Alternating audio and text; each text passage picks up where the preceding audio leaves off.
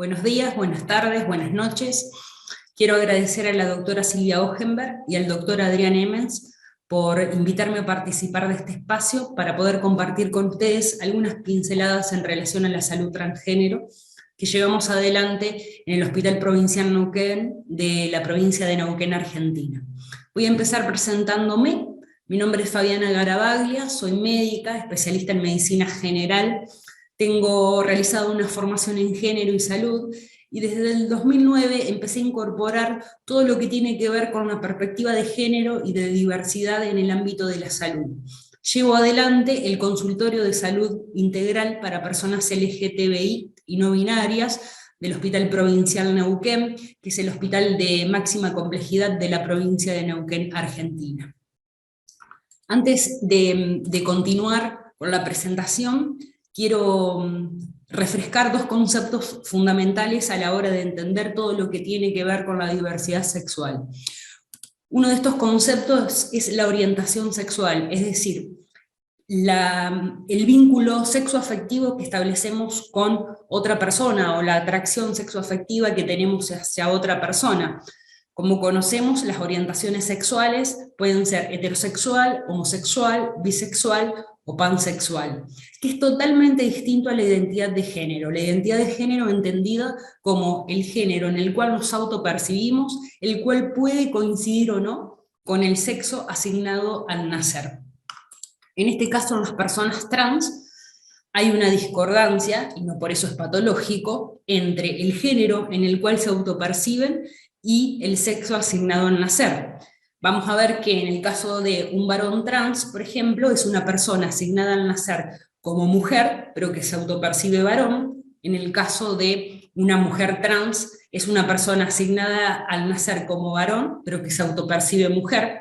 Y acá quise nombrar solamente algo que creo que es un desafío importante que se viene para el futuro, para toda la sociedad y para todo el personal de salud, y que tiene que ver con las personas no binarias, es decir, aquellas personas que no se ubican en el binario varón-mujer. Acá sí quiero empezar a comentarles un poco en cuanto al consultorio que llevó adelante en el hospital.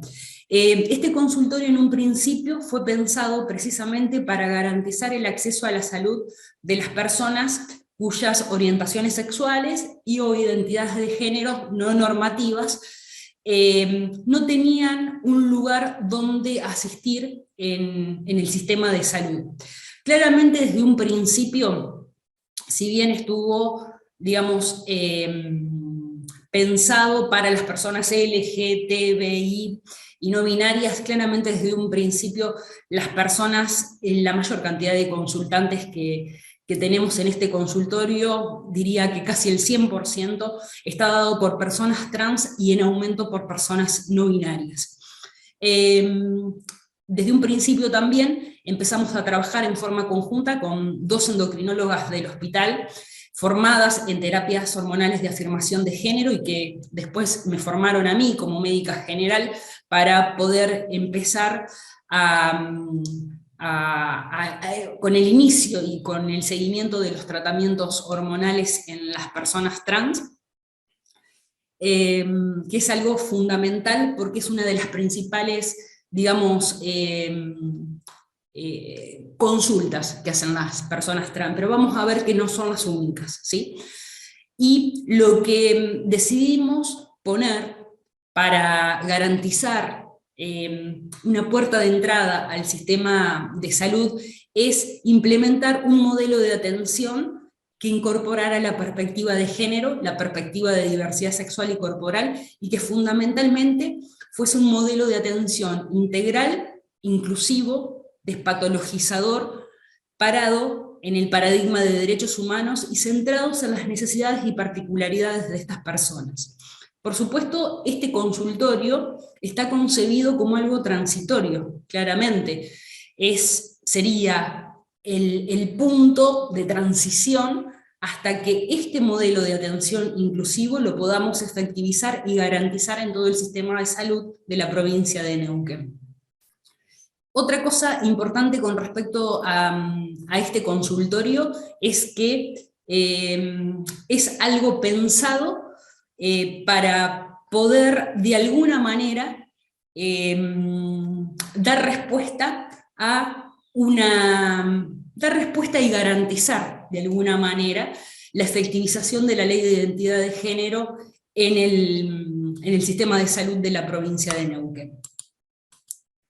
En el Hospital Provincial Neuquén tenemos dos equipos interdisciplinarios, un equipo interdisciplinario que aborda la salud integral de las niñez y adolescencias trans,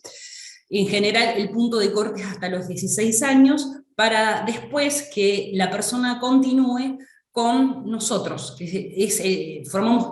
formo parte del equipo interdisciplinario de abordaje de la salud integral de las personas trans adultas. Y este consultorio que yo llevo adelante actúa a manera de articulador entre todas estas especialidades médicas y disciplinas, y distintas disciplinas que ustedes ven acá escritas, ¿sí? Somos muchas personas que nos dedicamos y que estamos tratando de formar este equipo interdisciplinario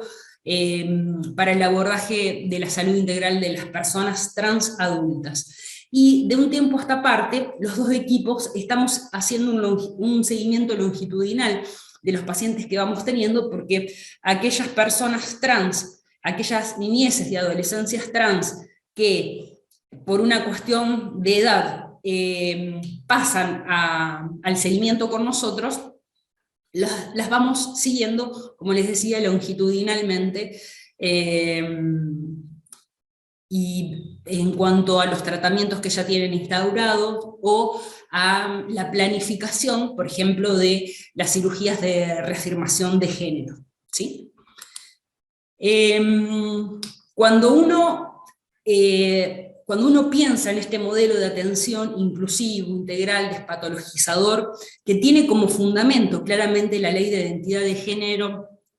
sancionada acá en la Argentina en el 2012,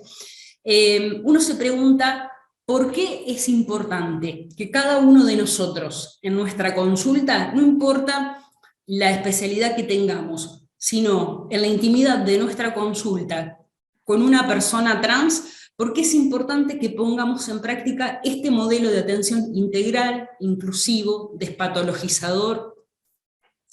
Porque cuando nosotros empezamos a bucear en la situación sociosanitaria de las personas trans en la Argentina, que si bien no existe datos oficiales, sí existen múltiples relevamientos que se vienen haciendo desde el 2006 hasta el 2019, en general realizado por organizaciones LGTB, IQ y no binarias. Como ese acrónimo lo van a encontrar de diferentes maneras. En general acá nosotros utilizamos LGTBI y no binarias. Vemos que todos los relevamientos llevan a dos conclusiones fundamentales. Estas conclusiones son que aún hoy, post-ley de identidad de género, las personas trans, y sobre todo las mujeres trans, siguen siendo víctimas de múltiples exclusiones y vulneraciones de derechos. Y además, que hay una brecha sumamente alarmante entre las personas trans y la población cis de la Argentina en cuanto a la salud y a los determinantes de salud, como son la educación, el trabajo y la vivienda, ¿sí? Acá yo puse a grandes rasgos los números que realmente nos dan una dimensión de las vidas precarizadas y excluidas que tienen las personas trans acá en la Argentina, aún hoy, como dije, post-ley de identidad de género. En relación a la educación, vamos a ver que las personas trans, y fundamentalmente las mujeres trans, el 60% no ha terminado el estudio secundario. En cuanto al trabajo, el 88% no tiene trabajo formal, y más del 70% de las mujeres trans se dedican al trabajo sexual. En cuanto a la vivienda, 6 de cada 10 viven en condiciones de vivienda precarias, y en cuanto a la salud, esto es impactante los números, el promedio de vida de una mujer trans acá en la Argentina es de 35 a 40 años versus 77 años de la población general, ¿sí? Las causas de muerte fundamentalmente están relacionadas al HIV y a las enfermedades asociadas, a las muertes violentas, a los crímenes de odio, y en tercer lugar al consumo problemático de sustancias, a las complicaciones por inyección de siliconas, que aún hoy, con la ley de identidad de género, con mayor acceso al sistema de salud, las personas trans, pero sobre todo las mujeres trans, siguen modificando su cuerpo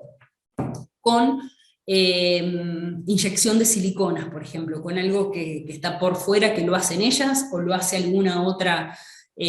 persona no relacionada con la medicina, ¿sí? Y la otra causa importante de muerte por la alta vulnerabilidad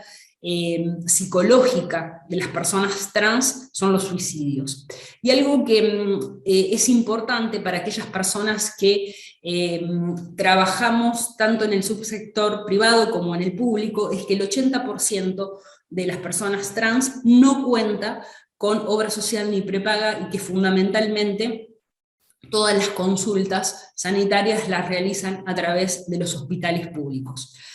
Estos números que yo traje acá a grandes rasgos para tener una idea, están relacionados con algo muy importante, que tiene que ver con la exclusión del núcleo familiar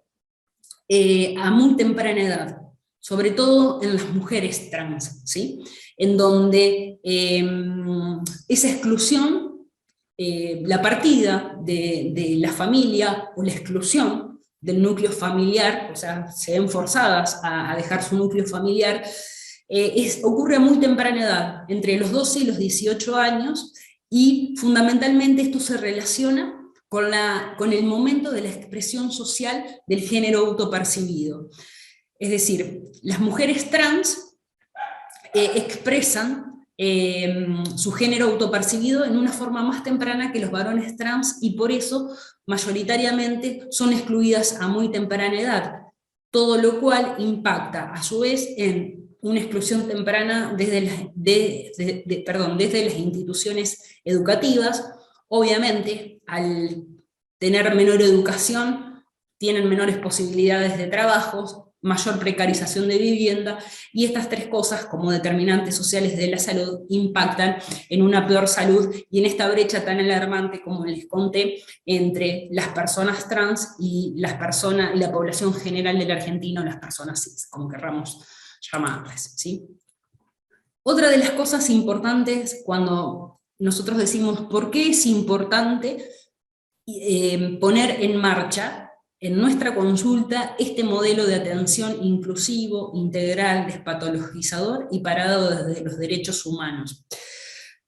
¿Por qué es importante y cómo lo podemos poner en marcha? Es importante por todo lo que dije en cuanto a la situación sociosanitaria de las personas trans, pero además no podemos ponerlo en marcha si nosotros desconocemos la Ley de Identidad de Género, ¿sí? La Ley de Identidad de Género, número 27643, sancionada en el 2012 y pionera en el mundo. Es decir,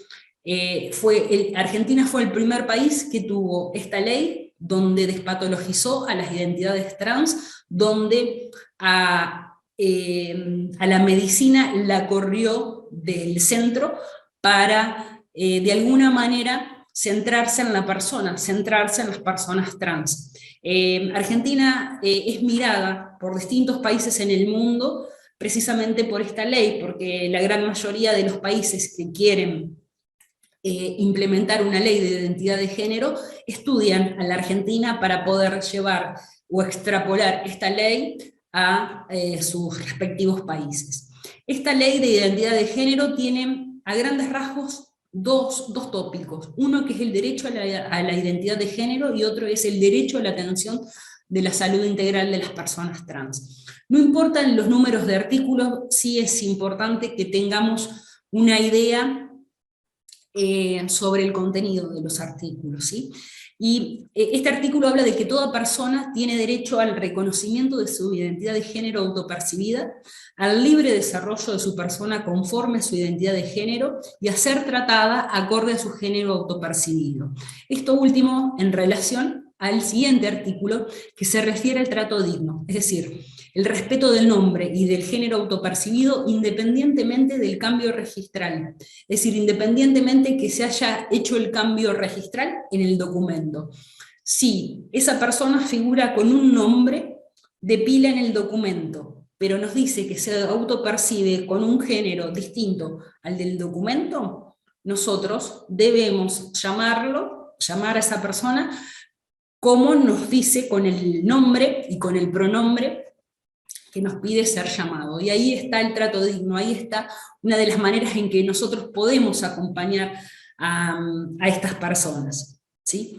Y otra de las cosas que es importante conocer es que la Ley de Identidad de Género obliga y hace responsable a todo el sistema de salud, tanto público, privado, como el sector de obras sociales, a que garanticen el acceso a la salud integral de las personas trans, incluido todo lo que tiene que ver con tratamientos de modificación corporal, tanto los tratamientos hormonales de afirmación de género como las cirugías de afirmación de género, y tienen que ser cubiertas, ya sea el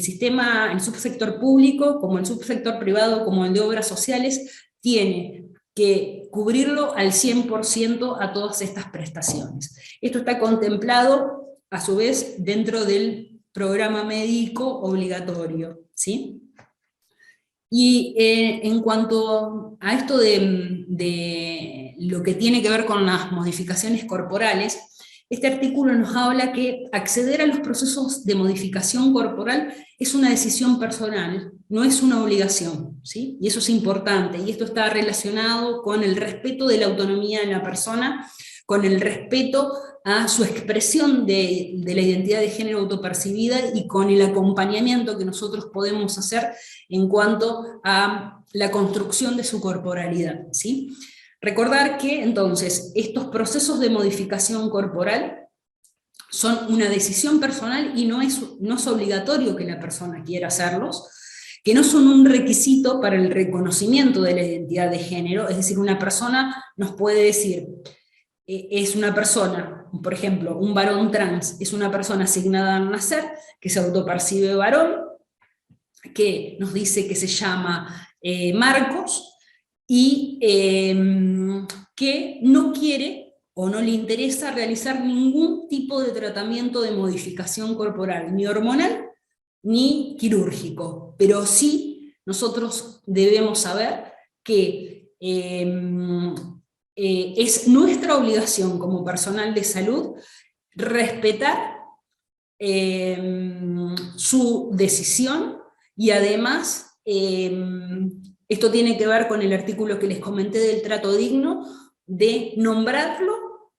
a Marcos como quiere ser nombrado, ¿sí? Y otra de las cosas importantes en este artículo es que no todas las personas tienen la misma expectativa sobre su corporalidad. Y acá hay un tema fundamental que me interesa comentarles, ¿sí? Siempre que se habla de personas transgéneros, se piensa que todas las personas transgéneros sí o sí quieren modificar su cuerpo, y que al modificarlo lo quieren hacer con hormonas y con cirugía. Bueno, no todas las personas transgénero tienen ese deseo. Muchas personas transgénero no quieren modificar su corporalidad con hormonas, a veces lo modifican con vestimenta, con gestos,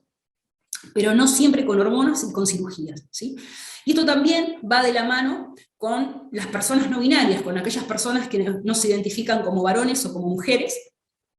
en donde en general, cuando vienen a lo mejor a solicitar un tratamiento hormonal, lo que nos piden es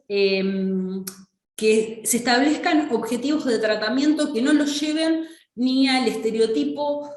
femenino, que tenemos representados en nuestra cabeza culturalmente, ni al estereotipo masculino que tenemos representados en nuestra cabeza, sino más bien lo que ellos quieren lograr es un aspecto andrógino, porque precisamente no se identifican con el binario varón-mujer.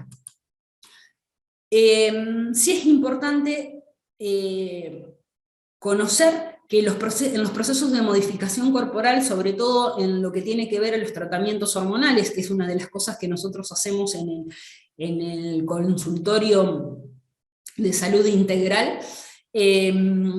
para la persona que se acerca a solicitar un tratamiento hormonal de afirmación de género,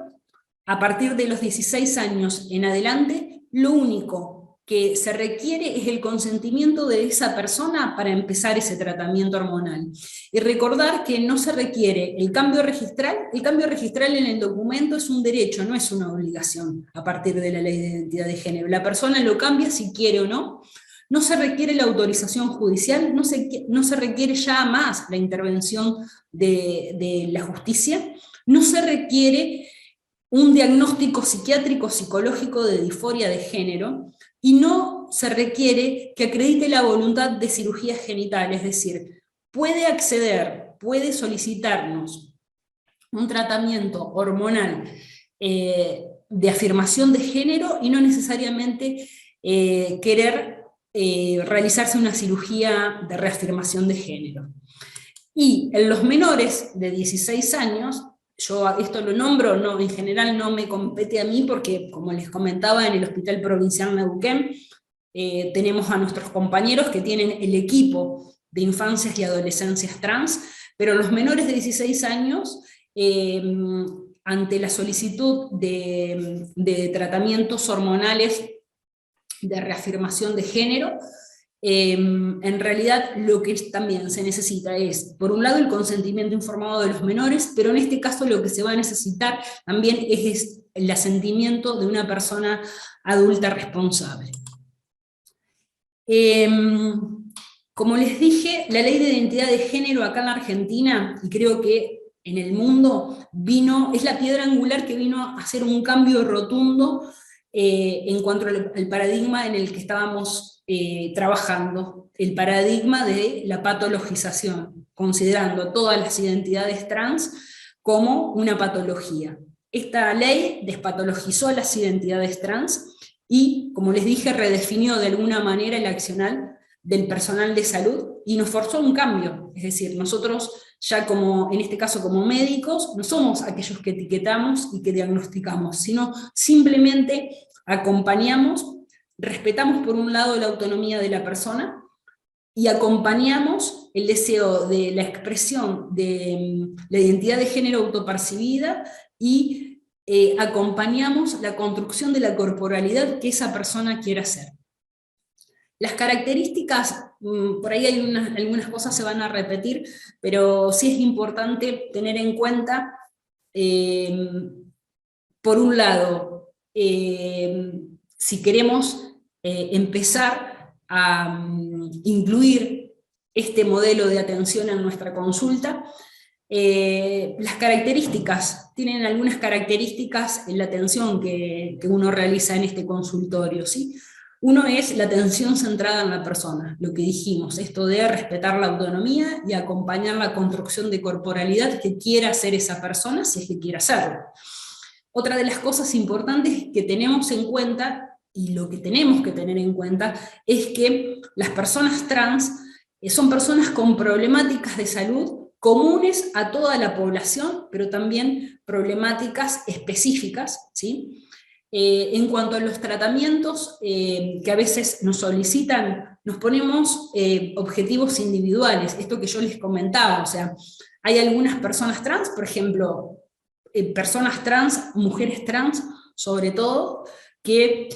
nos piden en estos tratamientos hormonales o cuando solicitan cirugías de reafirmación de género, que las acompañemos a lograr en su máxima expresión los caracteres sexuales secundarios en cuanto a lo que tenemos representados como la feminidad acá en nuestra cultura. Algunos varones trans también nos piden lo contrario, que los acompañemos a poder representar el estereotipo de masculinidad que tenemos en nuestra sociedad.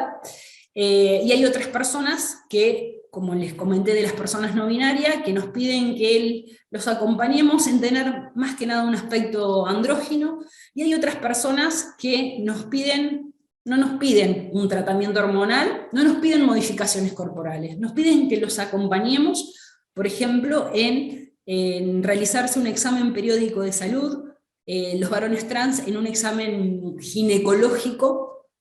que nunca se han podido realizar. Las mujeres trans, o sea, las personas con próstata, nos piden que los acompañemos en un examen periódico de salud y en un examen urológico de que nunca pudieron acceder, ¿sí? Bueno, como les dije, claramente la base de nuestro consultorio es este modelo de atención inclusivo, despatologizador, y sobre todo lo hacemos desde el paradigma de reafirmación identitaria. Las personas que nos llegan a nosotros es para que los acompañemos a reafirmar el género en el cual se autoperciben. Y algo que es importante en este tipo de consultorios, que no es el único, o sea, el consultorio que llevamos adelante acá en el Hospital Provincial Neuquén, es uno de los tantos consultorios que funcionan acá en la Argentina. En Buenos Aires hay 2 lugares referentes para nosotros, para todas las personas que hacemos salud transgénero, que es el Hospital Fernández y el Hospital Durán. El Hospital Durán hace 30 años que viene trabajando en salud transgénero. Ellos empezaron con un equipo interdisciplinario como el que nosotros estamos tratando de armar. Empezaron con un consultorio como el que yo llevo adelante acá en el Hospital Provincial de Neuquén, y después de 30 años, hace un mes atrás, pudieron tener su propio servicio, que fue motivo de festejo y de felicidad para todas aquellas personas que nos dedicamos a la salud transgénero, ¿sí? Una de las características de estos consultorios es que es importante el trabajo articulado con las organizaciones sociales LGTBI y no binarias, ¿sí? En nuestra consulta vienen todo tipo de personas, ¿sí? Personas que, por ejemplo, yo tengo pacientes que son personas referentes de distintas organizaciones y que activistas en derechos LGTBI y no binarios, y que son las personas precisamente, los referentes de esas organizaciones y las organizaciones, las que nos ayudan y nos articulamos en forma conjunta a poder seguir adelante con este tipo de consultorios y nos ayudan a promocionar este tipo de consultorios y que cada vez pueda haber más personas que decidan acercarse a una consulta de salud, ¿sí? Y otra cosa importante, como dijimos, es el trabajo interdisciplinario. Ahora, la pregunta que surge y que a mí me interesa que se lleven de esta charla es que la pregunta es, ¿siempre necesitamos de un equipo interdisciplinario para nosotros poder dar respuesta a una consulta de salud por la cual viene una persona trans a nuestro consultorio? Vuelvo a insistir, independientemente de la especialidad médica que tengamos, y la respuesta es que no siempre necesitamos un equipo interdisciplinario para dar respuesta a eso. ¿Por qué? Porque, como dijimos, las personas trans tienen problemáticas de salud comunes a la población general y también específica. Probablemente en las problemáticas de salud específicas sí vamos a necesitar un equipo interdisciplinario de salud y derivar probablemente a un equipo interdisciplinario de salud. Pero en problemáticas de salud comunes al resto de la población, y vuelvo a insistir en esto, ¿no? En un examen periódico de salud, en un control ginecológico, en un control urológico, al cual nunca hasta ahora han podido acceder, es una consulta que perfectamente cualquiera de nosotros podemos evacuar y que no vamos a necesitar un equipo interdisciplinario. A mí me interesa en esta última diapositiva es recalcar 2 o 3 cosas. Uno es que este modelo de atención inclusivo, integral, despatologizador, parado desde el derecho, desde los derechos humanos, es un modelo de atención que lo podemos implementar cualquiera de nosotros en nuestra consulta, en cualquier consulta con una persona trans, e independientemente de nuestra, digamos, independientemente de nuestra especialidad, porque hacia eso vamos, hacia poder plasmar y efectivizar este modelo de atención, no solamente en un consultorio específico para estas personas, sino en todo el sistema de salud, en este caso de la provincia de Neuquén, pero la idea es que sea en todo el sistema de salud de la Argentina, que podamos ser inclusivos con las personas trans y con todas las personas de la diversidad. Eso es por un lado. Por el otro lado, como les dije, que no siempre para poder evacuar una consulta por la cual viene una persona trans, vamos a necesitar sí o sí un equipo interdisciplinario. Lo que haya que derivar al equipo interdisciplinario se derivará, pero hay otras cosas que son tan sencillas como un examen periódico de salud que perfectamente cualquiera de nosotros puede acompañar en un examen periódico de salud.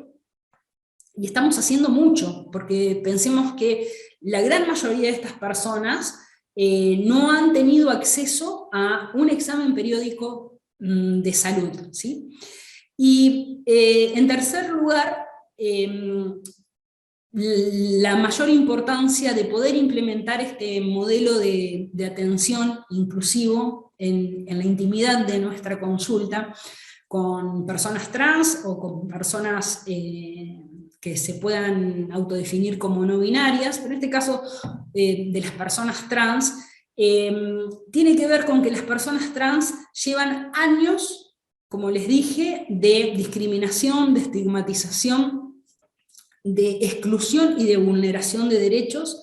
llevan años recorriendo un camino sumamente dificultoso, lleno de obstáculos en cuanto a la salud y a los determinantes de la salud, y